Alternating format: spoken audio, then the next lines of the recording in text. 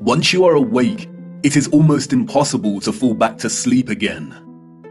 Once you discover that the Earth is not a spinning globe, but a flat and stationary plane with a firmament above it, everything changes.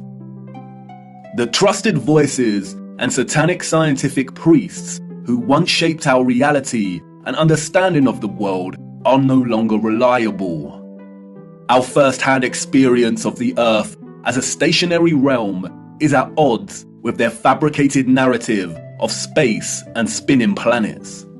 The scarring of our land and the barbaric mining of Earth's once majestic giant trees is at odds with the history books and geological narrative. And the awake are left wondering, what on earth happened? If they've lied about the Earth, space, and the destruction of our flat realm, then how can we trust the official, mainstream historical narrative? The historical narrative, like the heliocentric model, does not make sense. It doesn't add up. And all it takes is a closer examination, and their lies, which have governed our understanding of history and the world since our birth, begin to fall apart. Let's stir the mind with a few contemplations. We are told that the first true power tool was invented in 1895, when a German company combined an electric motor with a manual drill.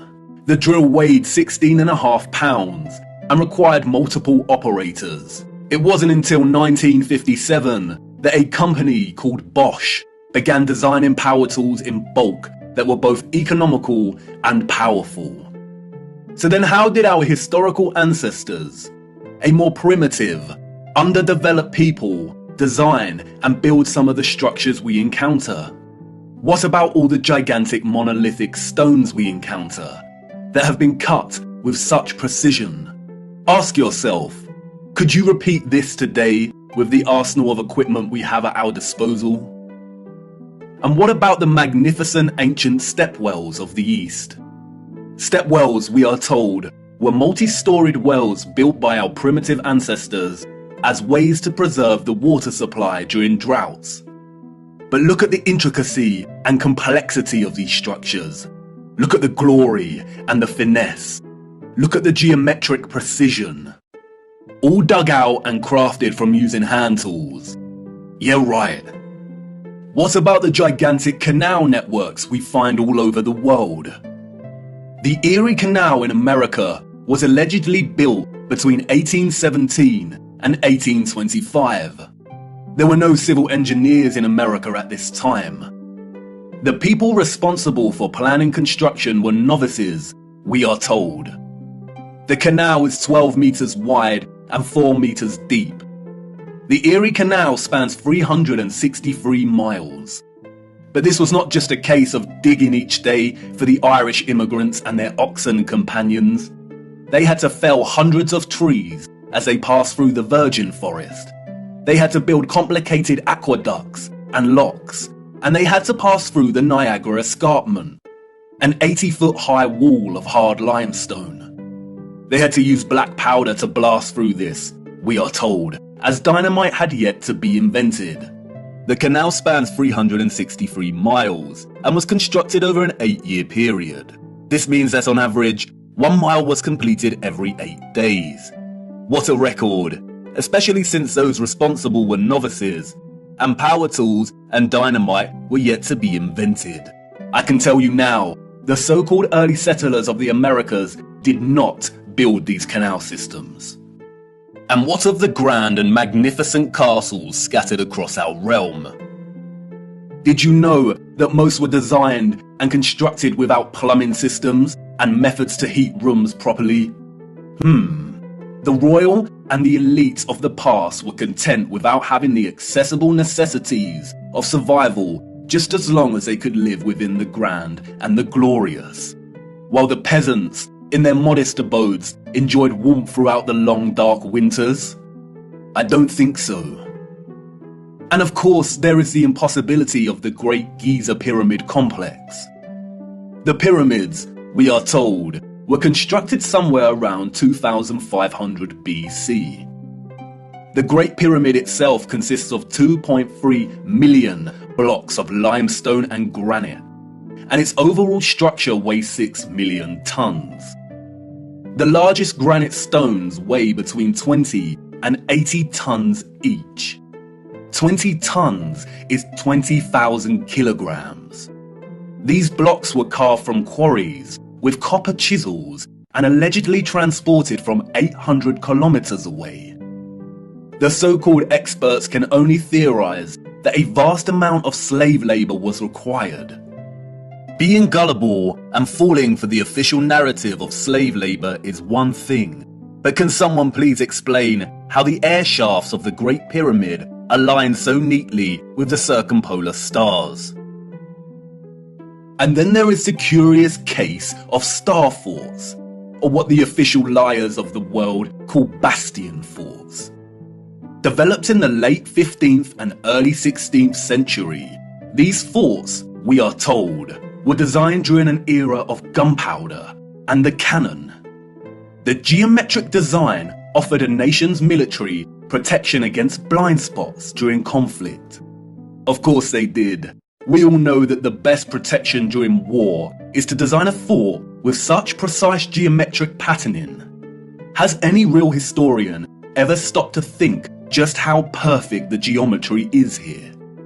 Our primitive ancestors did not have the technology to view structures from above, but they still managed to achieve this? Give me strength. There is no way. We could not produce such perfect geometry on this scale today.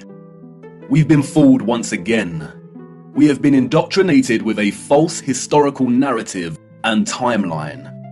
And, like the silly heliocentric model, all it takes is a closer look at this narrative and things soon start to fall apart, and the lies become so blatantly evident. Because of their satanic lies, piecing together an accurate, honest historical timeline has become an impossible Rubik's Cube. The official narrative, a Pandora's box, only offering us tiny clues, half-truths, and deceptions. The stitchings of our true historical timeline have been loosened. The contents erased and muddled before we were even born into this world. And herein lies the problem. How to know where you are going if you don't know where you are in the first place. But you see, awakening is truly a gift. Once awake, we learn that we've always had the answers right in front of us. We've always had more than we know. But we had to regain our sight first before things started falling into place. Before things started to make a little more sense. And here we are again, viewer, at the precipice of another great journey. What if I told you that before us there existed a civilization that was responsible for the most advanced technology ever developed, and that it was their understanding of the workings of our flat realm that was key to their innovation? And what if I told you that it is highly likely that our true history as a people only begun just over 200 years ago? Would you think of me as mad once again? Do I sound as preposterous as when I first told you that the earth is flat? Perhaps, and that's why I need to show you. What I hope to show you is one of the greatest cover-ups of all time. It is on par with the heliocentric lie in its enormity and the impact it has upon humanity. And, as I will try to show you, it is inextricable from the true nature of our flat realm Earth, and you cannot understand one without understanding the other. We cannot waste time, for we must journey in search of lost time. At its heart, this is a story about deception. It is also a story of endings and beginnings, of death and rebirth. And please bear with me. Due to the deceptions and falsities underpinning our historical narrative, this story cannot be told in a linear fashion. We need to go back and forth in time to really draw out something that brings us a little closer to the truth. It is also imperative to understand that, like much contemporary science, history as a discipline was corrupted a long time ago. At its most innocent, a lot of established historical narrative is guesswork. But at its worst, it is a set of lies agreed upon, as the so-called Napoleon put it so succinctly. We are going to be digging in the dark. No historian will be there to help us. We are alone in this journey. Our journey is a hunt for things buried in plain sight. And things may become a little uncomfortable at times, but it is necessary. We have been living a comfortable lie for far too long now. Come on, jump in and put your seatbelt on. For to understand our place in the world, we need to do the unthinkable. It's time for us to take a journey back to the future.